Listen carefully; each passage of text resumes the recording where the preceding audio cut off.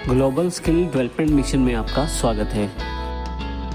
पिछले सेशन में हमने देखा था कि रिटर्न ऑफलाइन टूल में हमें क्या क्या मिला है, अर्थात जब हमने gst.gov.in से ऑफलाइन टूल को डाउनलोड किया तो हमें उसके साथ कौन कौन सी आइटम्स दिखाई दी जब हमने उसे अनकम्प्रेस किया था।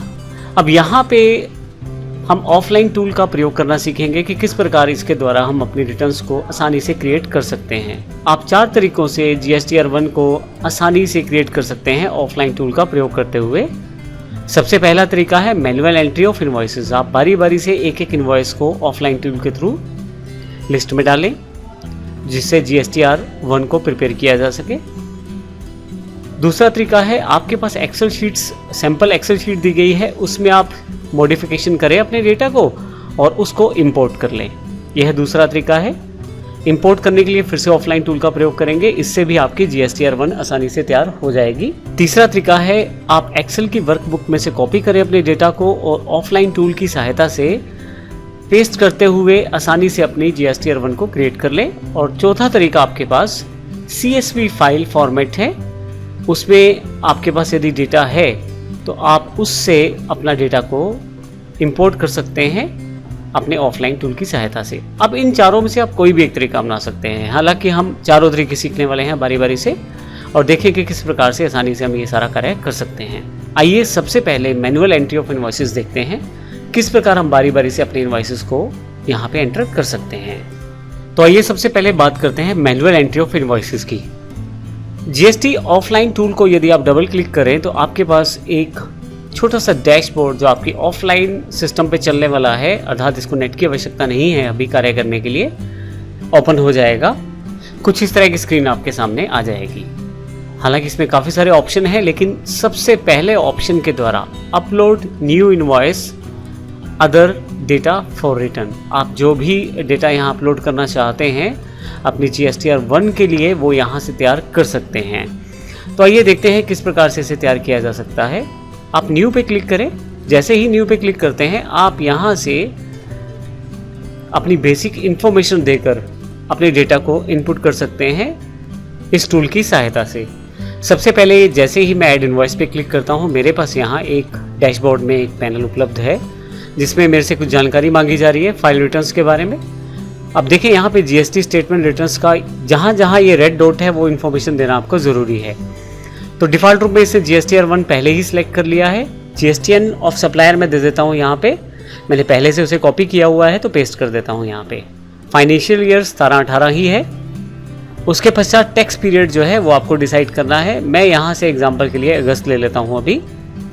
इसके पश्चात aggregate turnover in the preceding financial year. इसके पश्चात मुझे जानकारी देनी है पिछले फाइनेंशियल ईयर में जो मेरी एग्रीगेट टर्नओवर रही है। तो aggregate turnover in the preceding financial year, इस बॉक्स में मुझे पिछले साल की जो टोटल टर्नओवर है उसकी इन्फॉर्मेशन देनी है। एग्जाम्पल फिगर है 5 लाख मैंने यहाँ पे फिल कर दिया है। उसके पश्चात 31 मार्च 2017 के पश्चात से लेकर जून 2017 का आपको एग्रीगेट टर्नओवर इस साल का भी देना है। तो मैं ये भी एक जस्ट एक्सपेक्टेड फिगर दे देता हूँ, एक एज्यूमिंग फिगर है 1.5 लाख रुपए। इसके पश्चात मुझे प्रोसीड करना है। जैसे ही प्रोसीड करूँगा आप देखेंगे कि मेरे पास एक ऊपर की तरफ जो नेक्स्ट स्टेप अवेलेबल हो गया है जिसमें import file, delete all data, view summary इत्यादि के ऑप्शन ऊपर की तरफ उपलब्ध हैं और नीचे उपलब्ध है सिलेक्ट सेक्शन। आप यदि यहाँ देखें तो B2B invoices, B2C small, credit debit notes, इन सब के बारे में हम आपको पिछले सेशंस में पूरी की पूरी डिटेल दे चुके हैं जानकारी के रूप में। यदि आप चाहें तो एक बार ब्रीफ इंट्रोडक्शन आप वहाँ से दोबारा रिवाइज करके ले सकते हैं। हालांकि मैं साथ साथ आपको बताता भी चला जाऊंगा बेसिक चीज़ों के बारे में। सबसे पहले हमें B2B अर्थात business to business registered GSTN से रजिस्टर्ड GSTN को हमने जो सेल किया है या सप्लाई प्रोवाइड किया है उसके इनवॉइसेस हमें यहाँ पे देने हैं। मैं क्लिक कर लेता हूँ इसे। अब यहाँ पे आपको जो इनवॉइसेस है उनकी इन्फॉर्मेशन यहाँ पे आपको देनी है। सबसे पहले आप रिसीवर GSTN नंबर या UN नंबर देंगे, अर्थात उस व्यक्ति का GSTN नंबर देंगे जिसको आपने सप्लाई प्रोवाइड की है या सेल्स की है। मैंने यहाँ पे ऑलरेडी उसे कॉपी किया हुआ है, पेस्ट कर देता हूँ उस GSTN नंबर को। इनवॉइस नंबर जिससे आपने सेल्स की है। इनवॉइस डेट आपको देना है, क्योंकि ये जो डेटा है ये जुलाई का है तो मैं यहाँ से जुलाई का मंथ सेलेक्ट कर लेता हूँ और 13 जुलाई का जो बिल है टोटल इनवॉइस वैल्यू क्या है वो आपको देना है। प्लेस ऑफ सप्लाई देखिए ऑटोमेटिकली सिलेक्टेड है क्योंकि जो जीएसटी नंबर मैंने फीड किया है वो हरियाणा से रिलेटेड है, 06 कोड ये बता रहा है, इस कारण यहाँ ऑटोमेटिकली 06 के कारण हरियाणा सिलेक्शन में आ गया है। सप्लाई टाइप को ऑटोमेटिकली एडजस्ट किया जाएगा इसके द्वारा, तो आप यहाँ से चुन भी सकते हैं, हालांकि अभी ये ऑप्शन डिसेबल है यहाँ पे। इनवॉइस टाइप कौन सा है, अर्थात आपने किस डीलर को सेल्स किया है, तो रेगुलर डीलर को सेल किया है मैंने, तो रेगुलर चुन लेता हूँ यहाँ पे। अब जैसे ही रेगुलर चुनते हैं तो देखें यहाँ इंट्रास्टेट अपने आप आ गया है और अपने आप ये पूरा का पूरा पैनल जो है अपनी इन्फॉर्मेशन को अपडेट करता रहेगा, क्योंकि जिस कंपनी से मैं डेटा डाल रहा हूँ अर्थात जिसकी मैं GSTR 1 रिटर्न तैयार कर रहा हूँ वह कंपनी भी हरियाणा की है और जिस कंपनी को मैंने सेल्स किया है यह कंपनी भी हरियाणा की है, इस कारण यहाँ इंट्रास्टेट ऑटोमेटिकली आ गया है। इसके अलावा आप ये बताएं कि रिवर्स चार्ज यहाँ पे एप्लीकेबल है या नहीं, और यदि है तो आप इसे चेक कर सकते हैं। और यदि आपने माल ई-कॉमर्स अर्थात किसी वेबसाइट के थ्रू भेजा है तो उसका GST नंबर भी देना यहाँ पे ज़रूरी है। फाइनली आपको यहाँ क्लिक करके ऐड करना है। जैसे ही आप इसे क्लिक करते हैं तो यहाँ पे आपने जो अमाउंट बताया है 25,000 रुपये, वो कौन से टैक्स के साथ किस प्रकार की वैल्यू है वो सब इन्फॉर्मेशन आपको यहाँ पे फीड देनी है। एक तरह से आपको ये बताना है कि उस बिल पे कौन कौन सी आइटम्स किस किस रेट वाली आपने यहाँ पे बेची हैं। मान लीजिए मैं कहता हूँ मैंने लैपटॉप बेचा है तो उसकी इन्फॉर्मेशन यहाँ पे मैं फिल कर देता हूँ। तो जैसे ही 25,000 यहाँ भरता हूँ आप देखें CGST और SGST ऑटोमेटिकली यहाँ आ गया है। इसे मुझे यहाँ पे सेव करना है। जैसे ही आप सेव करेंगे आपके पास सक्सेस का मैसेज आ जाएगा और यह जो इनवॉइस है वो आपके पास जुड़ जाएगा आपकी रिटर्न में। इस तरह से यदि आप और इनवॉइसेस जोड़ना चाहते हैं तो यहाँ से आप डिटेल डालते चले जाएं और फाइनली यहाँ से सबमिट करते हुए आप उन्हें इकट्ठे करते चले जाएं। तो ये एक पहला तरीका है जिससे आप आसानी से अपनी इनवॉइसेस को ऐड कर सकते हैं। B2B इनवॉइसेस के बारे में अभी बात की है मैंने, जिसमें मैंने आपको ये बताया है कि आप जब रजिस्टर्ड GST नंबर से रजिस्टर्ड GST नंबर को सेल्स या सप्लाई करते हैं तो उस केस में हमें ये है इन्फॉर्मेशन मैंने फिल की है।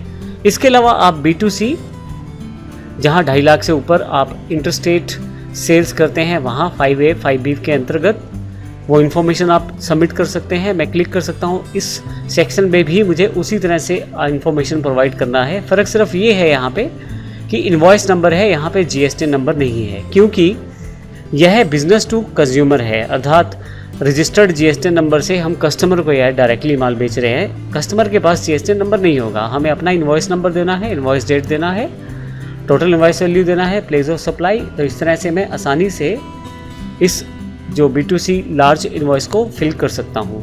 अब 2.5 लाख से ऊपर के इनवॉइसेस की डिटेल आपको यहाँ देनी है। इस तरह से बाकी जो बचे B2C इनवॉइसेस हैं, चाहे वो इंटरस्टेट हो या इंटरस्टेट हो, वो आपको यहाँ देने हैं। क्रेडिट डेबिट नोट्स की जानकारी आपको यहाँ देनी है। मैं क्लिक करता हूँ क्रेडिट डेबिट नोट्स के लिए। तो जब आप क्रेडिट डेबिट नोट्स इशू करते हैं रजिस्टर्ड GSTN को, तो उसमें आपको रिसीवर का नंबर, रिफंड वाउचर जो भी आपने इशू किया है वो इन्फॉर्मेशन देना है, डेट क्या है, इनवॉइस नंबर क्या है, इनवॉइस डेट क्या है जिसके अगेंस्ट आपने इसको इशू किया है, डॉक्यूमेंट टाइप क्या है, यानी कि आप C से चुन सकते हैं क्रेडिट नोट, D से डेबिट नोट और R से रिफंड वाउचर। इसी तरह से रीज़न क्या है, आपने यह नोट क्यों इशू किया है, क्या सेल्स रिटर्न के अगेंस्ट है, पोस्ट सेल डिस्काउंट है या डेफिशिएंसी इन सर्विसेज है, किस तरह का आपका ये रीज़न है इस नोट को इशू करने का, वो डिफ़ाइन करना है। फाइनली जो वैल्यू है वो आपको यहाँ डिफ़ाइन करनी है, प्लेस ऑफ सप्लाई, और इस तरह से सप्लाई टाइप अगर यहाँ पे एप्लीकेबल है तो, और यदि ये प्री GST से रिलेटेड है तो वो इन्फॉर्मेशन भी आप यहाँ पे क्लिक करके बता सकते हैं। तो इस तरह से आपको इन सभी सेगमेंट में बारी बारी से इन्फॉर्मेशन देनी है। क्रेडिट डेबिट नोट्स जब रजिस्टर्ड के बजाय अनरजिस्टर्ड को दें, तो रजिस्टर्ड वाले तो हमारे इस 9B में आ गए, लेकिन क्रेडिट डेबिट नोट्स में अनरजिस्टर्ड भी 9B के अंतर्गत हैं और यहाँ पे उनकी इन्फॉर्मेशन भी मुझे देनी है। तो वो भी मैं सारी इन्फॉर्मेशन यहाँ पे जमा करवाऊँगा। इसमें केवल GST नंबर नहीं है, बाकी इन्फॉर्मेशन वैसी है। इसके अलावा आपके पास एक्सपोर्ट इनवॉइसेस हैं। यदि आप एक्सपोर्ट करते हैं गुड्स या सर्विसेज को, तो उस केस में आप यहाँ पे एक्सपोर्ट इनवॉइसेस की इन्फॉर्मेशन 6A के अंडर दे सकते हैं। इस केस में आपको क्या एक्सपोर्ट करते समय आपने टैक्स के साथ किया है या विदाउट टैक्स किया है, तो अगर आपने GST पेमेंट को पे किया है या नहीं किया है, वो इन्फॉर्मेशन आप विद और विदाउट दोनों तरह से दे सकते हैं। WO का मतलब विदाउट पे है और WP का मतलब विद पे से है, जिसमें GST जुड़ा हुआ है।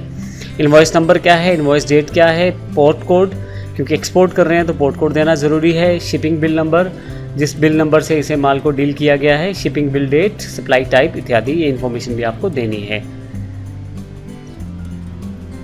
इसके अलावा टैक्स लायबिलिटी, अगर आपके पास कुछ एडवांस अगर आपने लिया हुआ है और उस केस में भी आपकी लायबिलिटी है कि आप उस पर टैक्स पे करें, तो ऐसे केस में एडवांस रिसीव जो आपने किए हैं वो उनकी इन्फॉर्मेशन आपको यहाँ पे डिफाइन करनी है। नेक्स्ट है आपके पास adjustment of advances. Adjustment of advances में जो आपने एडवांसेस लिए थे अब उनको किसके अगेंस्ट सेटल किया गया है वो इन्फॉर्मेशन आपको यहाँ फिल करनी है। और finally HSN wise summary of output supplies. HSN code जो है जिसकी इन्फॉर्मेशन हमने ली भी थी पिछले सेक्शन में, उसके आधार पे जो आपकी डिटेल क्वांटिटी है या जो वैल्यू है वो आपको यहाँ पे डिफाइन करनी है कोड वाइज। तो मान लीजिए आप 5 प्रोडक्ट में कार्य करते हैं, सेल्स परचेज करते हैं, तो उस केस में हर एक प्रोडक्ट का HSN कोड, उसकी टोटल क्वांटिटी और उसकी टोटल टैक्सेबल वैल्यू की इन्फॉर्मेशन आपको यहाँ देनी पड़ेगी।